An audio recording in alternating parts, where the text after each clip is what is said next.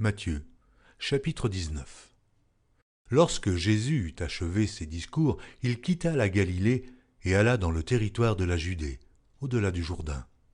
Une grande foule le suivit, et là, il guérit les malades.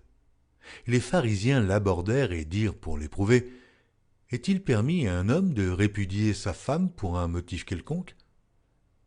Il répondit, « N'avez-vous pas lu que le Créateur, au commencement, fit l'homme et la femme, et qu'il dit, c'est pourquoi l'homme quittera son père et sa mère et s'attachera à sa femme, et les deux deviendront une seule chair. Ainsi ils ne sont plus deux, mais ils sont une seule chair.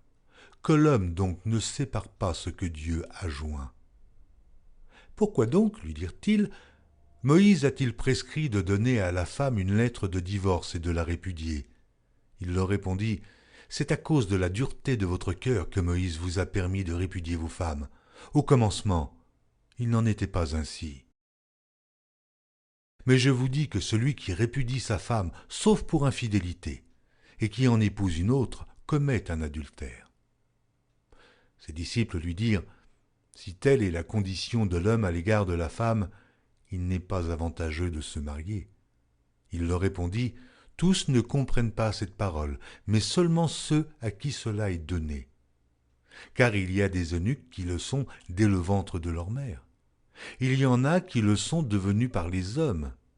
Et il y en a qui se sont rendus tels eux-mêmes à cause du royaume des cieux.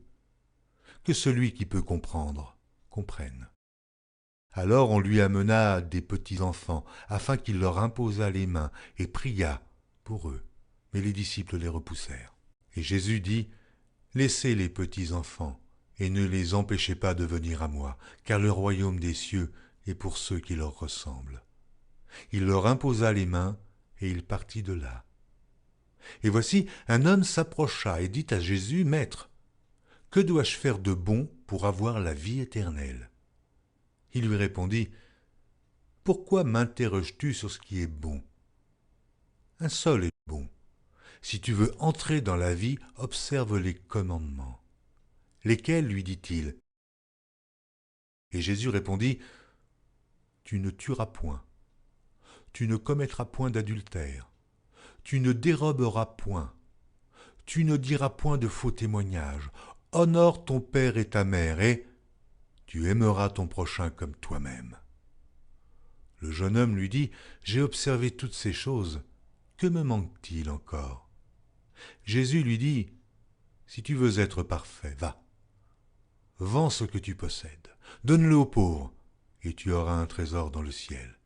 Puis, viens et suis-moi. » Après avoir entendu ces paroles, le jeune homme s'en alla tout triste, car il avait de grands biens. Jésus dit à ses disciples, « Je vous le dis en vérité, un riche entrera difficilement dans le royaume des cieux. Je vous le dis encore, il est plus facile à un chameau de passer par le trou d'une aiguille qu'à un riche d'entrer dans le royaume de Dieu. » Les disciples ayant entendu cela furent très étonnés et dirent, « Qui peut donc être sauvé ?» Jésus les regarda et leur dit, « Aux hommes cela est impossible, mais à Dieu tout est possible. » Pierre, prenant la parole, lui dit, « Voici, nous avons tout quitté, et nous t'avons suivi. Qu'en sera-t-il pour nous ?» Jésus leur répondit, « Je vous le dis en vérité, quand le Fils de l'homme, au renouvellement de toutes choses, sera assis sur le trône de sa gloire, vous qui m'avez suivi, vous serez de même assis sur 12 trônes, et vous jugerez les 12 tribus d'Israël.